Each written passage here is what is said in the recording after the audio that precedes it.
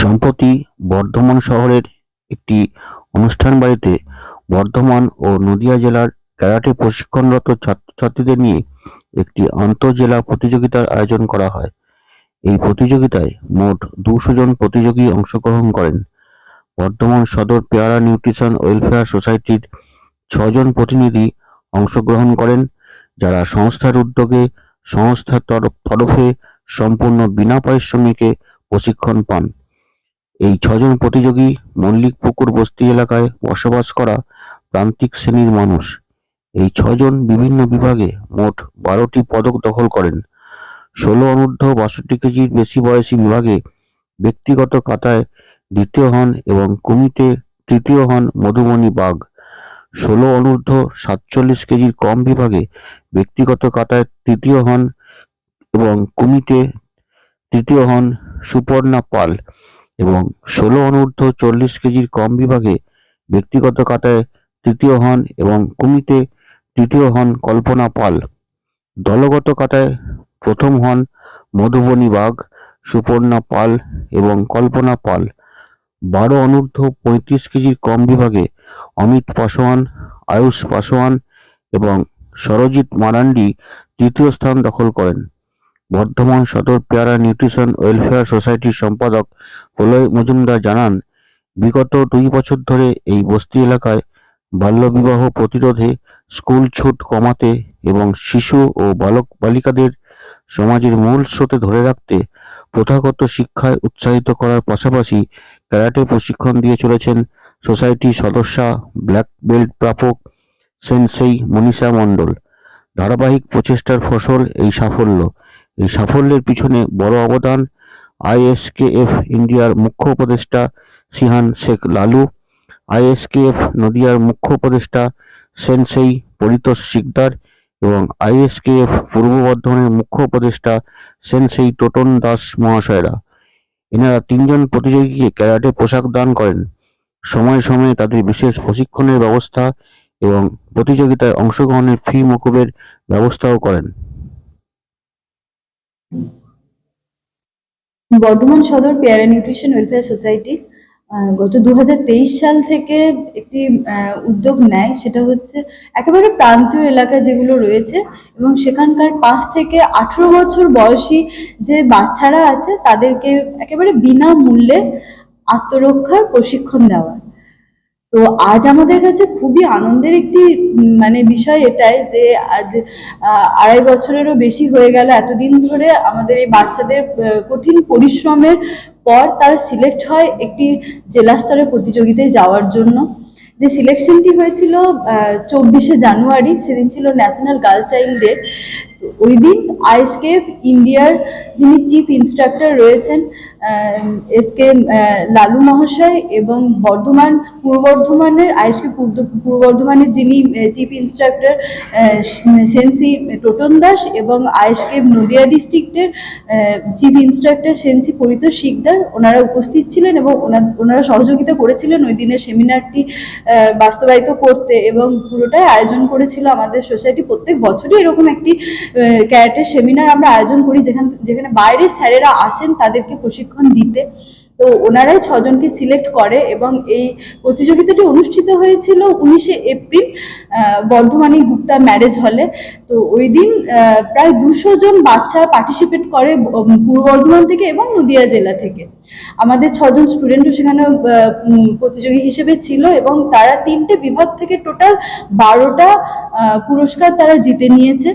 তার মধ্যে যারা ছিল সেটা হচ্ছে মধুমণি বাগ, যে 14 to 16 ইয়ার্স অ্যাবভ 62 কেজি ক্যাটাগরিতে ইন্ডিভিজুয়াল কাতাতে সেকেন্ড হয়, ইন্ডিভিজুয়াল কুমিতিতে থার্ড এবং টিম কাতাতে ফার্স্ট হয়। কল্পনা পাল, তার এজ ক্যাটাগরি ছিল under 10 years to 12 years, 65 KG above. সেই ক্যাটাগরি থেকে সে ইন্ডিভিজুয়াল কাতা এবং কুমিতিতে থার্ড হয় এবং টিম কাতাতে সে ফার্স্ট হয়। আর সুপর্ণা পাল, যে তার ছিল 14 to 16 years under 47 KG category, সেখান থেকে সে ইন্ডিভিজুয়াল কাতা এবং কমিটিতে তৃতীয় হয় এবং টিম কাতাতে ফার্স্ট হয়। আর তিনজন ছেলে সেদিন পার্টিসিপেট করে, যার মধ্যে ছিল আয়ুষ পাসওয়ান, অমিত পাসওয়ান এবং সরজিৎ মারান্ডি, যাদের এজ ক্যাটাগরি ছিল under 10 years to 12 years, 32 KG below ক্যাটাগরিতে তারা খেলে এবং কাতাতে, ইন্ডিভিজুয়াল কাতাতে তারা তিনজনই তৃতীয় স্থান অধিকার করে। তো এটা আমাদের কাছে খুবই আনন্দের যে একেবারে প্রান্তীয় এলাকা থেকে যাদেরকে আমরা সবসময় একটা অন্য চোখে দেখে এসেছি, তো তাদেরকেও যে একটা ঠিকমতো প্রশিক্ষণ দিলে তারা সামনে এগিয়ে আসতে পারে, তাদের মধ্যেও যে সেই কি বলবো লুকিয়ে থাকা একটা শক্তি রয়েছে, সেটাকে জাগিয়ে তোলা এবং সেটাই সবার সামনে তুলে ধরা, যে আরো যে ফেডারেশনগুলো রয়েছে আইএসকেএফ ছাড়াও, আইএসকেএফ তো একটা মানবিক মুখ। আমার দেখা আগে আমি আর কোনোদিনই এরকম দেখিনি যে কোনো ফেডারেশন এইভাবে এগিয়ে এসছে বা কোনো এনজিও এতটা স্বতঃস্ফূর্তভাবে এগিয়ে এসে প্রান্তীয় এলাকার বাচ্চাদেরকে এইভাবে একটি জেলা স্তরে নিয়ে এসছে। এবং এরা জেলা স্তর থেকে যেহেতু একটি করে পজিশন পেয়েছে, তো এরা অবশ্যই আবার স্টেট লেভেল, ন্যাশনাল লেভেল এগুলোতে যাওয়ার জন্য তাদেরকে আমরা ট্রেনিং দিচ্ছি এবং স্যারেরাও আসবেন ট্রেনিং দিতে। এবং ওই যে আইএসকেএফ ইন্ডিয়ার যিনি চিফ ইন্সট্রাক্টর রয়েছেন সিহান এসকে লালু মহাশয়, উনি মানে খুবই মানবিক একটি কাজ করেন, সেটা হচ্ছে এই বাচ্চাদের জন্য 3টি ড্রেস উনি দিয়েছিলেন। এবং এই যে স্যারেরা রয়েছেন আইএসকেএফ পূর্ব বর্ধমান এবং আইএসকেএফ নদিয়া যে চিফ ইন্সট্রাক্টর রয়েছেন, সবার একসাথে একটা অনুমতিতে এই 6 জনের যে ফিস হয়, এন্ট্রি ফিস যেটা রয়েছে আমাদের, তো সেটাকে পুরো মুকুব করে দেওয়া হয়েছিল এবং তাদেরকে 3টে যে বিভাগ রয়েছে, 3টে বিভাগেই তাদেরকে খেলার সুযোগটা দেওয়া হয়েছিল। এটা আমাদের কাছে অনেক বড় পাওনা। এটা ওনারা করেছেন পুরোটাই এদের সম্পূর্ণ চেষ্টাটা দেখেই। এটাই সংস্থার তরফ থেকেও কি পোশাক দেওয়া হয়েছে? আচ্ছা, সংস্থার তরফ থেকে চেষ্টা করা হচ্ছে আস্তে আস্তে পোশাক এবং যেটা মেন দরকার হয়, যেটা আমাদের কুমিটি করতে, ক্যারাটের ভাষায় যেটাকে কুমিটি বলে এবং ইংলিশে যেটাকে বলে ফাইটিং, সেটার জন্য একটা ইকুইপমেন্টের প্রয়োজন হয়। পুরো দুটো সেট লাগে, আঁকা, আউ, নীল আর ব্লু, যেটা থেকে আমরা আইডেন্টিফাই করতে পারি যে কে কোন ইয়েতে খেলছে, কোন ক্যাটাগরিতে, এবং সে আঁকা না আও কি কে কার কম্পিটিটর, যেগুলো আমরা বুঝতে পারি, সেগুলোর জন্য দুটো সেট হয়। তো বর্ধমান সদর প্যারা নিউট্রিশন চেষ্টা করছে সেগুলো আস্তে আস্তে তাদেরকে কিনে দেওয়ার, যেহেতু এগুলো খুবই কস্টলি, তো একটু খরচা সাপেক্ষ যেহেতু, তো একটু দেরি হচ্ছে। তো সোসাইটি ইতিমধ্যে আরেকটি ড্রেস কিনে ফেলেছে এবং ইচ্ছে রয়েছে আরো অনেকগুলো অর্ডার করার, এইরকমই একটি পরিকল্পনা। হ্যাঁ, অবশ্যই স্টেট লেভেল কম্পিটিশনে যাবে। মোস্ট প্রবাবলি ডিসেম্বরে আমাদের স্টেট লেভেল চ্যাম্পিয়নশিপ হবে, তো তারা 6 জনই সেখানে পার্টিসিপেট করার একটা সম্ভাবনা রয়েছে। পুষ্টিযুক্ত খাবার দরকার, পুষ্টিযুক্ত খাবার পোশাকের জন্য যদি কেউ যোগাযোগ করে, কোথায় যোগাযোগ করবে? আমাদের যেটা নাম্বার 7866022053, এটাই হচ্ছে বর্ধমান সদর পেয়ারা নিউট্রিশন ওয়েলফেয়ার সোসাইটির ফোন নাম্বার এবং হোয়াটসঅ্যাপ নাম্বার। তো সবাইকে বলবো এই নাম্বারে যোগাযোগ করুন। এবং এই একেবারে পিছিয়ে পড়া শ্রেণী বাচ্চাদেরকে আমরা যেটা সবসময় দেখেছি যে তারা হয়তো ছোট থেকে খারাপ দিকে চলে যাচ্ছে, এগুলো আমাদের উচিত কি, যাদের আমাদের সামর্থ্য রয়েছে তাদের পাশে গিয়ে দাঁড়ানো। তো এই সোসাইটি যেরকম পাশে দাঁড়িয়েছে, আপনারাও এগিয়ে আসুন সবাই একসাথে এবং সোসাইটির সাথে যোগাযোগ করুন, আর ওদেরকে আরো সহজভাবে, সাবলীলভাবে বেড়ে উঠতে এবং একটা সুস্থ সমাজ গড়ে তুলতে এগিয়ে এসে সবাই যদি একটু তাদেরকে করতেন তো খুবই ভালো হতো। যখন নেওয়া হয় তখন বয়স নেওয়া হয়? বয়স বলতে 5 বছর থেকে 18 বছর পর্যন্ত বয়স এখন যারা রয়েছে তাদেরকে আমরা এখন শেখাচ্ছি। এর বেশি বয়সে এখন আমাদের কেউ নেই। তবে যদি বলেন আইএসকেএফ ফেডারেশন 3 বছর বয়স থেকেই ভর্তি করার ইয়ে দেয়।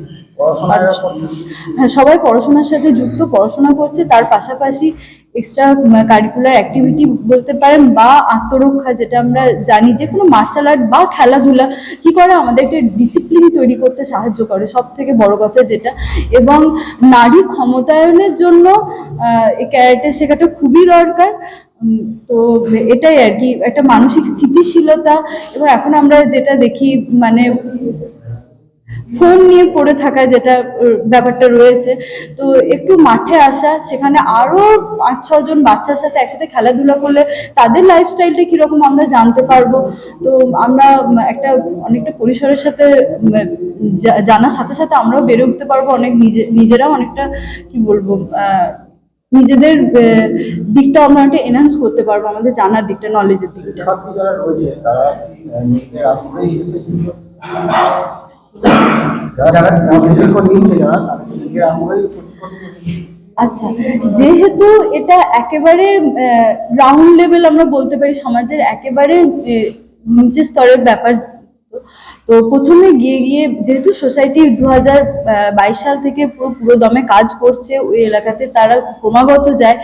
তো তাদেরকে বোঝানো যে এইটা করলে তাদের ছেলেমেয়েরা কিভাবে উপকৃত হবে, এবং এটা খুবই একটা আশীর্বাদ, মানে সবার আশীর্বাদ যে তাদের মা বাবারাও আস্তে আস্তে এখন অনেকটা কনসার্ন তাদের ছেলে মেয়েদেরকে। এখন কেউ যদি, যেহেতু তারা বাচ্চা, মাঝে মাঝে বায়না করে যাব না, তো তাদের বাবা মায়েরা জোর করে পাঠানো, এবং প্রথমে এটা করতে হয়েছে আমাকে বাড়ি বাড়ি গিয়েও ডেকে নিয়ে আসতে হয়েছে, আয় তোদেরকে শিখতে হবে, এটা করতে হবে। ওরাও আস্তে আস্তে বুঝতে পারছে, এবং সোসাইটি সবসময় চেষ্টা করছে যাতে যাতে ওদের কাছে এই ব্যাপারটা আরো ইন্টারেস্টিং হয়। তো স্যারদেরকে ক্রমাগত বিভিন্ন সেমিনারের মাধ্যমে এক জায়গায় করা, এবং আস্তে আস্তে ওদেরকে একটা ইন্টারন্যাশনাল জায়গাতে নিয়ে যাওয়ার একটা চেষ্টা চলছে, যাতে বাচ্চারা নিজেরাই ইন্টারেস্টেড হয়, এবং ভবিষ্যতে ওরাও যাতে অন্যান্য আরো বিভিন্ন বস্তি এলাকায় পৌঁছে যেতে পারে, এবং নিজেরা যে একটা কঠিন জায়গা থেকে উঠে এসছে ওরা হয়তো আরো সহজভাবে তাদেরকে বোঝাতে পারবে। তো এটাই আমাদের আশা, এইভাবে আমরা এগিয়ে চলার চেষ্টা করছি। আচ্ছা, আমার নাম হচ্ছে মনীষা মণ্ডল, আমি বর্ধমান সদর পেয়ারা নিউট্রিশন ওয়েলফেয়ার সোসাইটির একজন সদস্যা। এছাড়া আমি আইএসকে পূর্ব বর্ধমানের একজন ডোজো ইনস্ট্রাক্টর। এদের শেখানো মল্লিকপুকুর বস্তি এলাকায় যে মিলটা রয়েছে, মিলের মাঠ বলে পরিচিত, মিলের মাঠে ওরা সবাই শেখে। অনেকে ভালো পারফর্ম করলো, ভালো জায়গাতে গেল, রাজ্যে গেল, এবং আরো উঁচু জায়গাতে গিয়ে পারফর্ম করলো, ভালো রেজাল্ট করলো। তারপর দেখা যায় একটা আর্থিক ব্যাপার থাকে, অনেক প্রাথমিক পরিবর্তনের পরিবর্তন থাকে, ধীরে ধীরে কিন্তু তারা সেখান থেকে সরে যায়, সেখানে আর্থিক রোজগার হয়ে সেটি হয়ে যায়। এটা কি কথা আপনার দেখাতে পারেন? আর্থিক দিকটা যদি বলা হয়, এবারে তো আইএসকে পূর্ব বর্ধমান বা ওয়েস্ট বেঙ্গল যেটা রয়েছে সবার একসাথে সম্মতিক্রমে ওদের ফিজটাকে মুকুব করে দেওয়া হয়েছিল। তো যত আরো উঁচু লেভেলে যাওয়া হয় ফিজ বাড়তে থাকে। তো সোসাইটি পুরোপুরিভাবেই চেষ্টা করছে সেগুলো নিজে যতটা পারে তাদেরকে সেটা দেওয়ার, এবং আইএসকে ইন্ডিয়ার কাছে বা আইএসকে ইনকামের ব্যাপারটা থাকে, ইনকাম ইনকামের ব্যাপার থাকে, সেখানে তারা দেশে চলে যায় এবং তারা ভুলে যায়। আচ্ছা, সেদিকে যদি বলি, আমাদের ক্যারাটে বা অন্যান্য মার্শাল আর্টেও যেটা হয়, প্রথম যখন কাউকে ভর্তি করা হয় তাই সবসময় আমাদের কতগুলো আমাদেরকে শপথ নিতে হয়, যেটা আমরা ছোট থেকে শিখে এসেছি। সেটা হচ্ছে যে আমাকে সবসময় জানতে হবে, আমাকে সারা জীবন শিখে যেতে হবে, আমি কিচ্ছু জানি না। আমি বড় বড় মানে কি বলবো হানসিদেরকেও দেখেছি, তারা এখনো বলেন যে আমরা একটা পাঞ্চ সোজাভাবে করতে পারি না। তো সবসময় ডাউন টু আর্থ হতেই শেখায়। তো ইনকামের পাশাপাশি সবসময় তারা চেষ্টা করে, ইনকাম তো আমাদেরকে করতেই হবে, আর ক্যারেটে ব্ল্যাক বেল্ট হওয়ার পরই আমরা যে কাউকে শেখাতে পারি। তো সেখান থেকে আমরা একটা ইনকাম করতে পারবো, এবং তারপরে আরো 15টা এক্সাম থাকে। তো সেইগুলো সেই এক্সামগুলো দিতে গেলে আমরা একটা ফিজের মানে দরকার হয়। তো এই ব্যাপারটা মানে ক্যারেটেতে আমি খুব একটা দেখিনি যে নিজে মানে ইনকাম করছে বলে সেই জায়গাটাতেই ঢুকে গেছে, আর মানে পরে আরো নিজেকে নিয়ে আর কিছু ভাবেনি, এই ব্যাপারটা খুব একটা দেখা যায় না। তো আমি এদের কাছ থেকেও আশা করব ওরা একেবারে টাকার দিকে ঝুঁকে পড়বে না, ওরাও নিজেরা বড় হয়ে এভাবেই মানবিক হবে, এবং বিভিন্ন জায়গায় ওরা পৌঁছে যাবে, নিজেদেরকে বড় করার সাথে সাথে আরো অনেক বাচ্চাদেরকে নিয়ে ওরা একসাথে বড় হবে। এই বিষয়ে ওদের কোনো আপনারা সে বিষয়ে যখন আমাদের প্র্যাকটিস সেশন চলে তখন তো তাদেরকে মানে সবসময় তাদেরকে এগুলো নিয়ে শেখানো হয়, এবং যে সেমিনারগুলো হয় মেনলি, তো সেই সেমিনারগুলো থেকেও তাদেরকে এইভাবেই সমৃদ্ধ করার চেষ্টা করা হয় যে তোমরা যখন বড় হবে, তোমরা যে কঠিন পরিস্থিতিটা থেকে উঠে আসছো, ভবিষ্যতে যেন আর কেউ এই কঠিন পরিস্থিতির মুখোমুখি না হয়। তো সেদিক থেকে তোমাদেরকে লক্ষ্য রাখতে হবে, তোমাদেরই দায়িত্ব এটা। আপনার নাম? আমার নাম মনীষা মন্ডল। আপনি একবার বলে মধুবনী বাগ, আয়ুষ পাসওয়ান, সুপর্ণা পাল, কল্পনা পাল। কতদিন ধরে শিখছো? 2023 সাল থেকে। কিরকম লাগছে? খুবই ভালো লাগছে, সে অনেক কিছু নতুন নতুন অনেক কিছুই শিখতে পারছি এখান থেকে। কি কি শেখানো হয়? এখানে কুমিতি শেখানো হয়, কাতা শেখানো হয়, পিটি শেখানো হয়। শেখার আগে কি তুমি নিজে আগ্রহে এসেছিলে না কেউ বলেছিল? প্রথম তো শিখতে ইচ্ছা হয়েছে না, তারপরে আমাদের যে ম্যাম আছে উনি নিয়ে আসতেন, এবং এখন আস্তে আস্তে শিখতে ইচ্ছা যায়, শিখি। কোন ক্লাসে পড়ো? ক্লাস 10। আপনি পরীক্ষা দেবে? 2027 সালে মাধ্যমিক দেব। কি ভাবছো এই ক্যারিয়ারকে নিয়ে? আগামী দিনে কি কি লক্ষ্য আছে?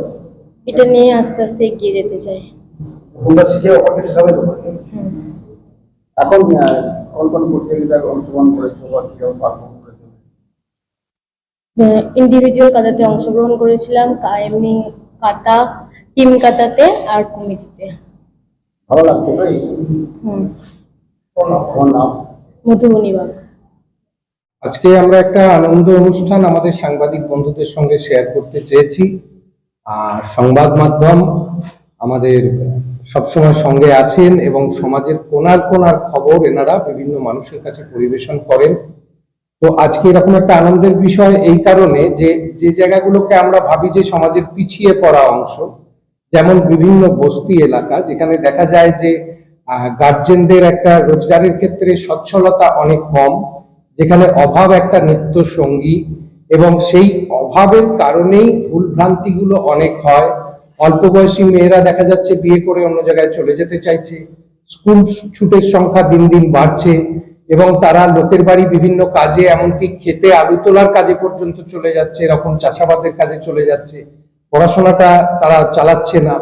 এইরকম একটা পরিস্থিতি থেকে এই এই যে অন্ধকারময় জায়গাগুলো, সেই জায়গাগুলোতে আমরা আলোকিত করতে চাইছি যে কোনো বাচ্চা যেন শিক্ষার আঙিনা থেকে দূরে না থাকে, এবং এই শিক্ষার মধ্যে তাদেরকে ধরে রাখতে গেলে আদতে দেখতে হবে যে সেই শিক্ষাটা কতটা কার্যকরী হচ্ছে, এবং পড়াশোনার পাশাপাশি কিছু অ্যাক্টিভিটিস যেগুলো মন ভালো রাখে, যেমন হচ্ছে খেলাধুলা, এবং এই স্পোর্টসের একটা বড় জায়গা হচ্ছে ক্যারাটে। এবং যেহেতু আমাদের টিমের একজন সদস্য মনীষা মন্ডল, যিনি নিজে ব্ল্যাক বেল্ট প্রাপক, সেক্ষেত্রে আমাদের সুবিধা হয়েছিল ক্যারাটেটা অনেক ইজিলি অ্যাক্সেস পেতে। এবং আমরা মনীষা ম্যাডামের হাত দিয়ে আমরা মল্লিকপুকুর বস্তি এলাকায় একটা প্রথম উদ্যোগ নিই যে এখানকার বাচ্চাদেরকে দিয়ে আগে আমরা শুরু করি, এবং পরবর্তীতে বর্ধমান শহরের বাকি যে পিছিয়ে পড়া এলাকাগুলো আছে সেখানে আমরা এই লড়াইটা শুরু করব। এবং খেলাধুলোর মধ্যে থাকলে একটা সুস্থ প্রতিযোগিতার মানসিকতা তৈরি হয়, এবং সাথে সাথে আত্মরক্ষার একটা বড় ব্যাপার, যে হিউম্যান ট্রাফিকিং এর যে ব্যাপারটা আমরা দেখি, যেখানে অশিক্ষা অজ্ঞানতার অন্ধকার বেশি আছে, সেই জায়গাতেই সমস্যা অনেক বেশি। তো এখানে যাতে কোনো হিউম্যান ট্রাফিকিং না হয়, কোনো বাচ্চা যাতে পাচার না হয়ে যায়, তো আত্মরক্ষার অস্ত্র এদেরকে শেখানো, এবং তার সঙ্গে সঙ্গে হচ্ছে যে পড়াশোনাটাও যাতে এরা কন্টিনিউ করে, এরা যেন কখনো চাইল্ড লেবার না হয়ে যায়, এই এতগুলো বিষয়কে মাথায় নিয়ে এখানে এই ক্যারাটে প্রশিক্ষণ শিবির তৈরি করা।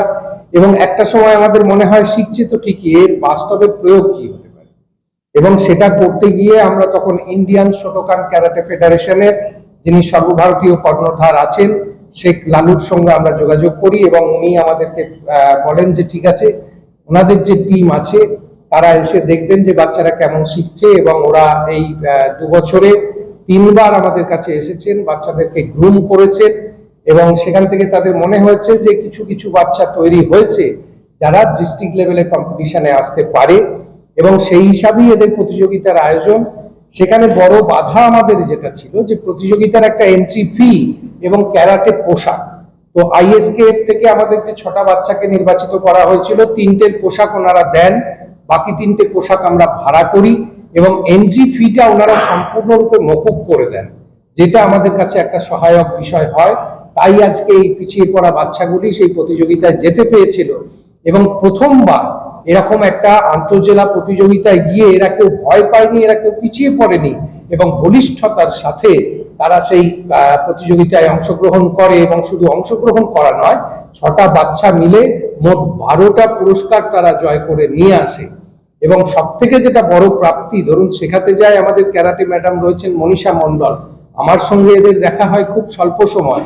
তো সেদিন সকাল 9টা থেকে সন্ধ্যে 7টা অবধি তারা ওই প্রতিযোগিতার আসরে থেকে ক্লান্ত শরীরে যখন ফিরছে, ওরা ফোনে বারবার রিকোয়েস্ট করছে যে আমরা জিততে পেরেছি, আমরা ফেরার পথে একবার স্যারের সঙ্গে দেখা করে তবে ঘর যাবো।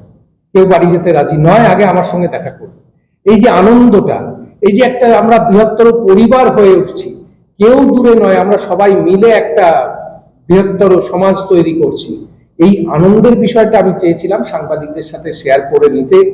এবং সুস্থ সমাজের একটা যে ধারণা আমরা করি সেটা কেমনতর হতে পারে, যে আমার শ্রমিতে রয়েছে ধ্বনিতে কেহ নহে নহে দূর, কবিগুরু যেভাবে বলেছেন সেইভাবে যে প্রত্যেকে আমরা একসঙ্গে মিলিয়ে আছি, আমাদের সকলের রক্ত এক, আমরা সকলেই মানুষ এবং এই মানুষরা হয়তো অর্থনৈতিকভাবে পিছিয়ে পড়াটাকে আমরা বড় করে দেখছি না, আমরা দেখবো আমরা সামাজিকভাবে পিছিয়ে পড়লাম কিনা, আমরা মানসিকভাবে পিছিয়ে পড়লাম কিনা, এবং আমরা সবাই যারা পিছিয়ে আছে তাদেরকে সেই উন্নতিটা ঘটিয়ে গোটা সমাজকে এক জায়গায় এনে দাঁড় করাতে পারলাম কিনা। আজকে যদি আমার পাশের কোনো একটা প্রান্তিক মানুষ অভুক্ত অবস্থায় রাতের বেলায় কাঁদে, আমার বন্ধ দরজা ভেদ করে, এসির ঠান্ডা হাওয়া ভেদ করেও সেই কান্না আসবে, আমি রাতে শান্তিতে ঘুমোতে পারবো না। তাহলে সমাজের মধ্যে একটা সাম্যতা আনতে হবে, একটা যে অর্থনৈতিকভাবে পিছিয়ে পড়া যে মানুষরা আছে তাদেরকেও আমাদের সামান্য রিসোর্স দিয়ে আমরা কিভাবে তাদেরকে একটা উন্নতির জায়গায় আনতে পারি, ভবিষ্যতের দিশা দেখাতে পারি, আমাদের আগামীর ভবিষ্যৎ যারা, সেই বাচ্চাগুলোর যাতে উন্নতি হয়, সেই জায়গা থেকে এই প্রয়াস ছিল। এবং এই বাচ্চারা প্রমাণ করেছে এরা কোনো অংশে, আজকে 2টো জেলার বাচ্চাদের মধ্যে এরা কোনো অংশে পিছিয়ে নেই। যারা নিজেদের সামর্থ্যে পোশাক জোগাড় করতে পেরেছে, এন্ট্রি ফি জোগাড় করতে পেরেছে, তাদের থেকেও এরা কোনো অংশে পিছিয়ে নেই। কাজেই আর্থিক বাধাটা কোনো বাধা হতে পারে না যদি একটা সদিচ্ছা থাকে। এই বার্তাটা আপনাদের মধ্যে দিয়ে আমরা পৌঁছে দিতে চাই এবং গোটা পূর্ব বর্ধমান জেলার বিভিন্ন এলাকায় এরকম পিছিয়ে পড়া যত বাচ্চা আছে সকলকে নিয়ে এই লড়াইটা আমরা লড়তে চাই। সাংবাদিক বন্ধুরা কোনায় কোনায় যান, তাদের কাছে খবর থাকে কোথায় মানুষ সব থেকে সমস্যায় আছে, কোথায় প্রান্তিক মানুষের সংখ্যা বেশি, তাদেরকে অনুরোধ করব আমাদের কাছে সবসময় সেই খবর নিয়ে আসুন। আমরা আমাদের সাধ্য মতো সামর্থ্য মতো সেই কোনায় পৌঁছে গিয়ে অন্ধকারকে আমরা আলোকিত করতে চাইব। এবং তার সঙ্গে আরো যে সমস্ত প্রতিষ্ঠানরা আছে, যে সমস্ত স্বেচ্ছাসেবী সংগঠনরা আছে যারা খেলাধুলো নিয়ে কাজ করছে এবং তার সঙ্গে সঙ্গে সমাজের উন্নতিতে, যেটা আমরা বলছি ওমেন এম্পাওয়ারমেন্টের কথা বলছি, আজকে বালিকা স্তর থেকে যদি ওমেন এম্পাওয়ারমেন্ট না হয় তাহলে একটা সে যখন লেডি হচ্ছে সেই জায়গায় তার আলাদা করে এম্পাওয়ারমেন্টের কথা বলে তো লাভ নেই। এটা একটা সাস্টেনেবল ডেভেলপমেন্টের গল্প এবং সেটা একেবারে গোড়া থেকেই শুরু হওয়া উচিত। এবং এক্ষেত্রে সাংবাদিক বন্ধুদের ভূমিকা একটা অসম্ভব রকম ভূমিকা পালন করতে পারেন, কারণ আপনাদের কাছেই সমাজের প্রত্যেকটি কোণার খবর থাকে এবং সত্য খবরটা আপনাদের কাছেই থাকে। তাই আপনাদের হাত ধরে যখন আমরা সেই প্রান্তে পৌঁছবো, অবশ্যই আমরা সঠিক জায়গায় পৌঁছবো এবং সঠিক পরিষেবা দিয়ে সেই অংশগুলোরও আমরা উন্নতি করতে পারবো। আমার নাম প্রলয় মজুমদার, আমি বর্ধমান সদর পেয়ারা নিউট্রিশন ওয়েলফেয়ার সোসাইটির সম্পাদক। 6020222053।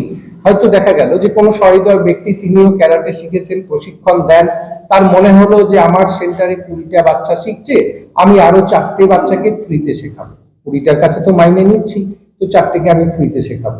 এইভাবে প্রত্যেকে যদি একটু করে আগিয়ে আসেন, কেউ ভাবছেন যে আমি ফুটবলের কোচিং দিই কি আমি ক্রিকেটের কোচিং দিই, 2টো বাচ্চাকে আমি সারা বছরে ফ্রিতে আমি সেই ট্রেনিংটা দেবো, যাদের সেই সামর্থ্য নেই কিন্তু দেখা গেল যে তারাও খেলাধুলোটা শিখতে চায়।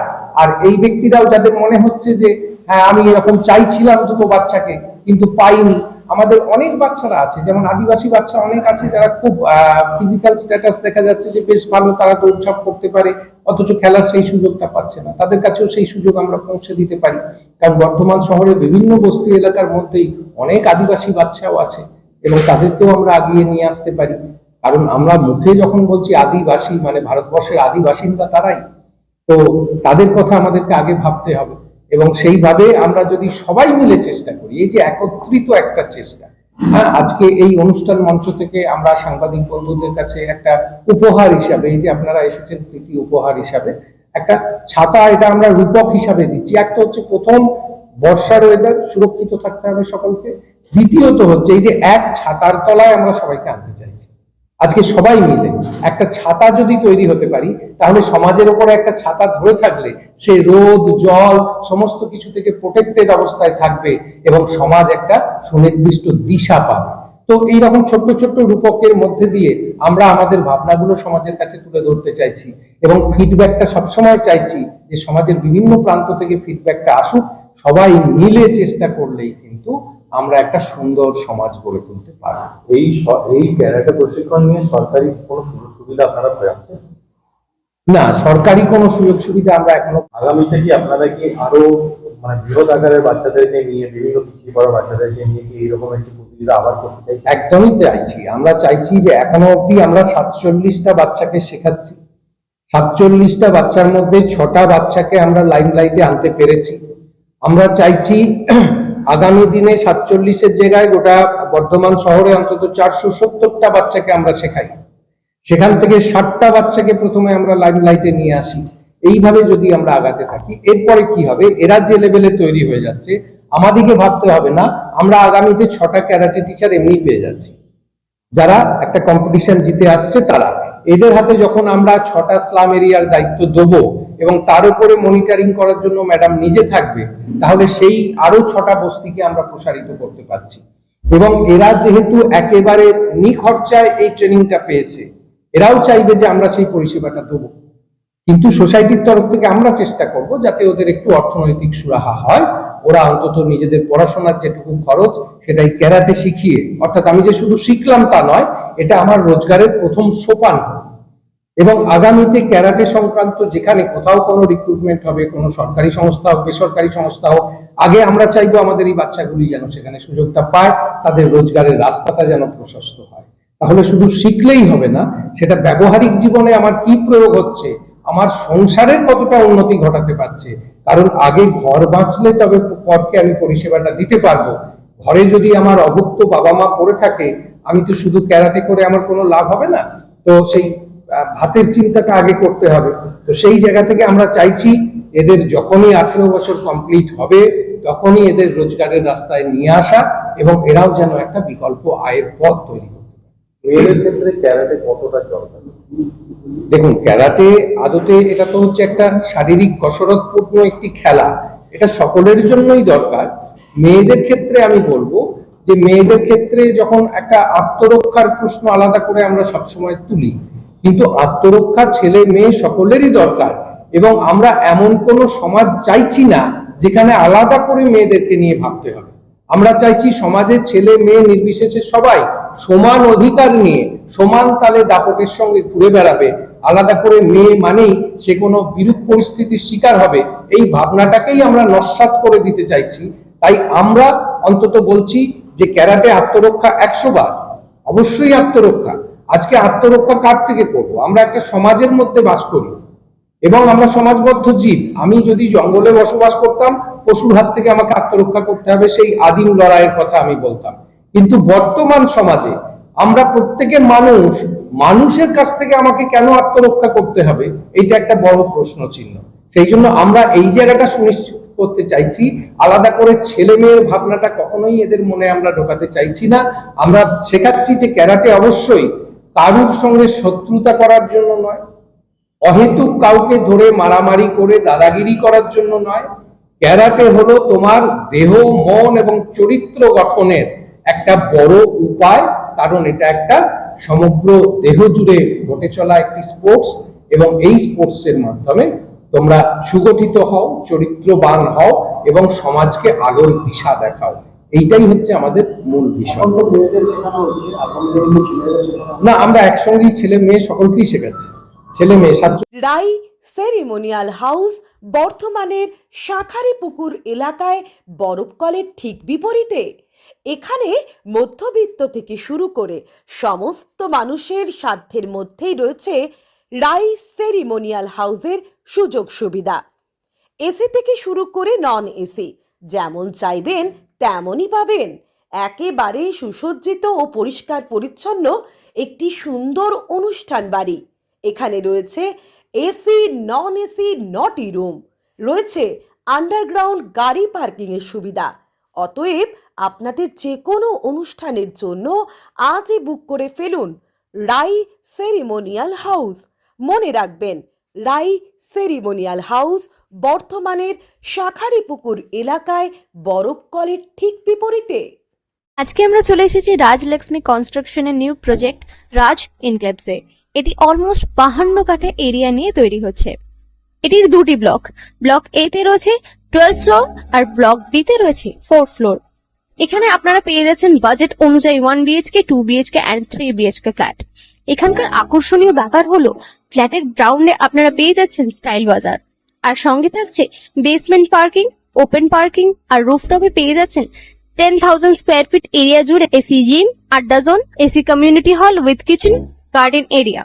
আর 24/7 আপনারা পেয়ে যাচ্ছেন CCTV security, water supply, power backup, common utilities, maintenance office, আরো কত কি। আর তাছাড়াও আপনারা পেয়ে যাচ্ছেন ব্লক বি তে সুইমিং পুল ফেসিলিটিস। বাইরে থেকে তো আপনারা অলমোস্ট সবই দেখলেন, এবার পালা আপনাদের একটা রুম ট্যুর দেওয়ার। এটা হলো 3 বিএইচকে, 1187 স্কোয়ার ফিট। এখানে আপনারা পেয়ে যাচ্ছেন 3টে বেডরুম।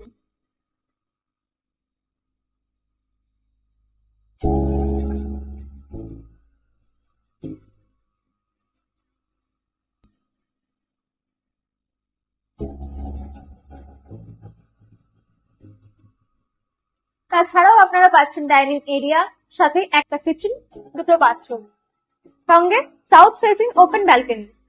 হ্যাঁ, ঠিক এইরকমই হবে আপনাদের স্বপ্নের রুমটা।